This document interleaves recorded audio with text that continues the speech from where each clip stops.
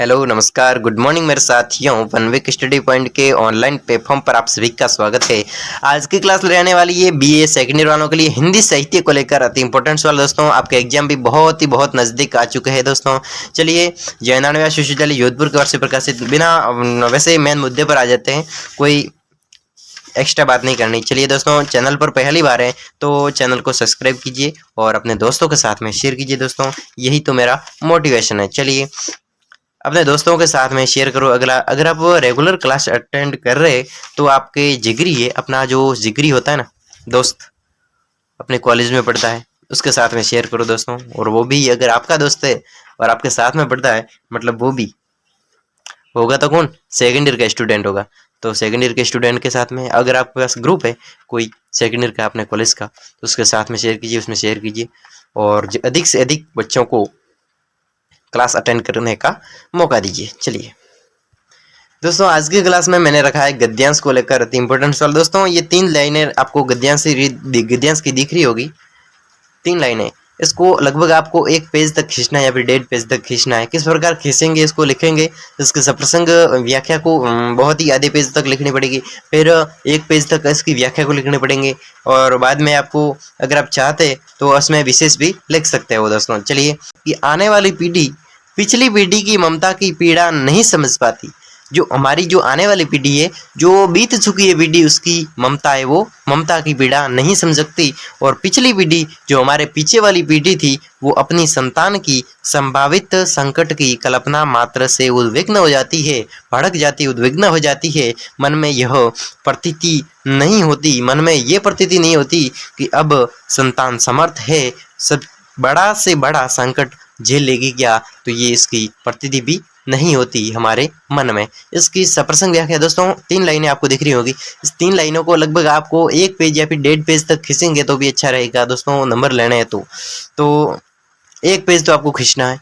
और इसमें सप्रसंग व्याख्या कितनी लिखनी है, कितना व्याख्या करनी है, यानी कि 1 पेज में इसको सल्टाना। ठीक है, चलिए इसको किस प्रकार सल्टाएंगे अपने एग्जाम में। चले प्रस्तुत गद्यांश हमने पढ़ा। इस गद्यांश कहाँ से, विद्या निवासी मिश्र के ललित निबंध मेरे राम का मुकुट। दोस्तों आपके यूनिट पे दे रखा होगा, मेरे राम के मुकुट, वहां से लिया गया है। और लेखक का मन कई दिनों से उदास चल रहा था।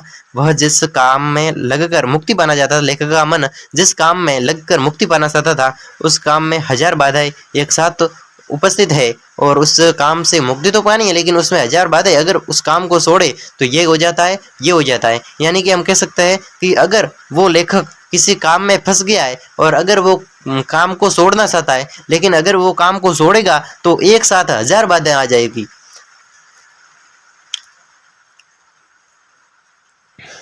उपस्थित हुई सी महसूस होती थी। लेखक के घर में कृष्णा, उसकी एक मेहमान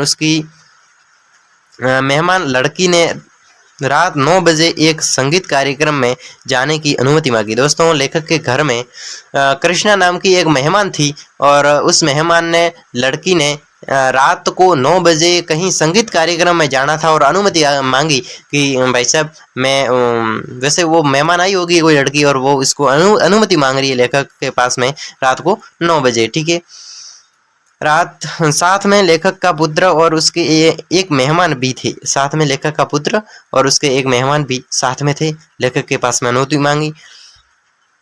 महानगरीय वातावरण सुरक्षित नहीं है। दोस्तों लेखक जिस नगर में रहता है, वो नगर है वो सुरक्षित नहीं है, लेकिन यह विचार कर कि उसके साथ में उसका पुत्र और मेहमान भी है। दोस्तों यह भी विचार किया उस लेखक ने कि हमारा जो नगर है, हम जिस नगर में रहते हैं, जिस शहर में रहते हैं, वो बिल्कुल सुरक्षित तो नहीं है, लेकिन लेखक ने यह भी विचार किया कि उसके साथ में उसका पुत्र है और साथ उसका पुत्र के साथ में और एक मेहमान भी है। लेखक ने जाने की अनुमति दे दी। दोस्तों 2 जने थे, इसलिए लेखक ने कहा चले जाओ, 2 जने हो, आप आराम से जा सकते हो। रात के 12 बजे लेकिन वे लोग नहीं लौटे। दोस्तों रात के 12 बज गए, लेकिन वो संगीत कार्यक्रम में गए थे, लेकिन वो वापस अभी तक 12 बजने पर भी नहीं लौटे। इस समय बारिश होने लगी और लेखक का मन दुश्चिंताओं से भर गया। दोस्तों ऐसा 12 बजे का समय था और बारिश होने लगी। अरे अभी तक नहीं आई, बारिश भी होने लगी, वो कहाँ पर रहे होंगे। ऐसा लेखक है वो सोचने लगा। नहीं लगा, लेखक का मन नहीं लगा तो वह बाहर आकर बैठ गया और उसके मन में कई दिनों से उमड़ती घुमड़ती पंक्तियां गूंज उठी। उमड़ती घुमड़ गई, मन में जो उमड़ती घुमड़ती पंक्तियां थी वो गूंज उठी।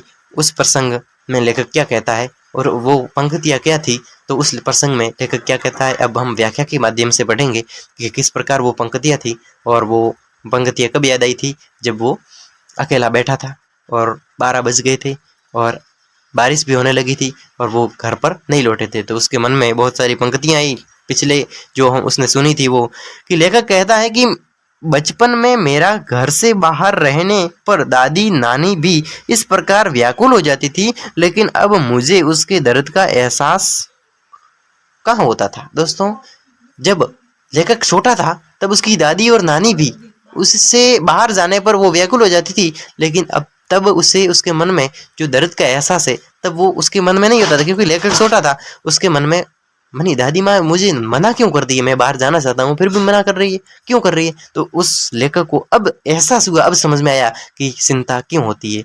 लेकिन अपने पुत्र, अतिथि, मेहमान, पुरुष तथा लड़की की प्रतीक्षा करते करते उस ढलती रात में वह दर्द भर कर आया। वह सोचने लगा, आने वाली पीढ़ी पिछली पीढ़ी की ममता की पीड़ा नहीं समझ पाती। जो आने वाली पीढ़ी है, हमारी जो आने वाली पीढ़ी है, हमारे बच्चे हैं, तो हमारे आने वाली पीढ़ी पिछली पीढ़ी की जो बीत चुकी है पीढ़ी, उसकी ममता की पीड़ा है वो नहीं समझ पाती। वह अपनी ही मौज मस्ती में व्यस्त रहती है, अपनी जो घर वालों की चिंता नहीं करती है। जैसे कि हम कहीं पर गए हैं तो वहाँ पर मौज मस्ती कर रहे, लेकिन हमारे बारे में घर वाले प्रतीक्षा कर रहे होंगे और व्याकुल होंगे, कब आएगा मेरा बच्चा।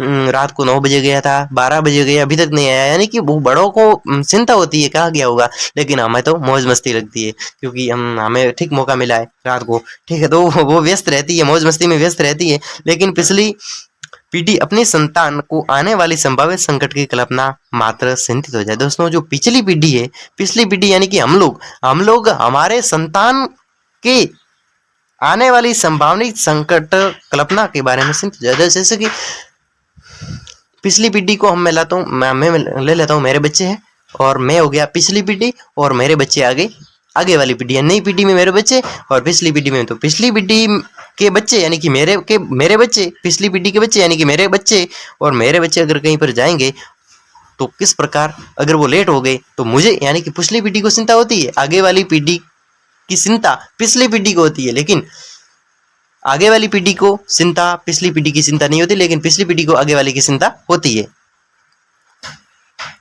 लेखक भी उस तीनों के आने की चिंता में बैठा बैठा गुजरा था। रात को 12 बज गए, 1 बज गया, 2 बज गए और रात ढलती जा रही है और बैठा गुजरा था। पुरानी पीढ़ी के मन में यह विश्वास सरलता से जमता ही नहीं, पुरानी पीढ़ी में जो विश्वास था वो जमता ही नहीं है। वर्तमान पीढ़ी अब समर्थ सक्षम हो गई है, वह बड़े बड़े संकट झेल लेती है। आशय यह है कि लेखक के 2 अतिथि और उसका पुत्र संगीत समारोह देखने गए थे। वे समर्थ सक्षम थे, हर परेशानी का सामना करने में समर्थ थे, पर लेखक व्यर्थ ही चिंतित हो रहा था। दोस्तों, इसमें लेखक के घर में कोई लड़की मेहमान आई। उस लड़की को कहीं कार्यक्रम में जाना था, तो लेखक का पुत्र, लेखक का लड़का और वो लड़की मेहमान 2 जने की वो उस कार्यक्रम में चले गए। लेखक अकेला घर पे बैठा है। तो 9 बजे वो रवाना हुई थे कार्यक्रम में, लेकिन 12 बज गए, उसके बाद में 12 बज गए, लेकिन वो दोनों लौटकर, वो लड़का और लड़की लौटकर वापस नहीं आए। तो लेखक को चिंता होने लगी कि अब वो कहाँ गए होंगे, अब वो कहाँ पर रहे होंगे, यानी कि उसको चिंता होने लगी और वो सोचता ही रह गया। तो तब लेखक ने एक विचार आया, उसके मन में एक पंक्ति आई कि हमारी संतान है तो हमारी संतान के बारे में हमें चिंता होती है। यानी कि पुरानी पीढ़ी को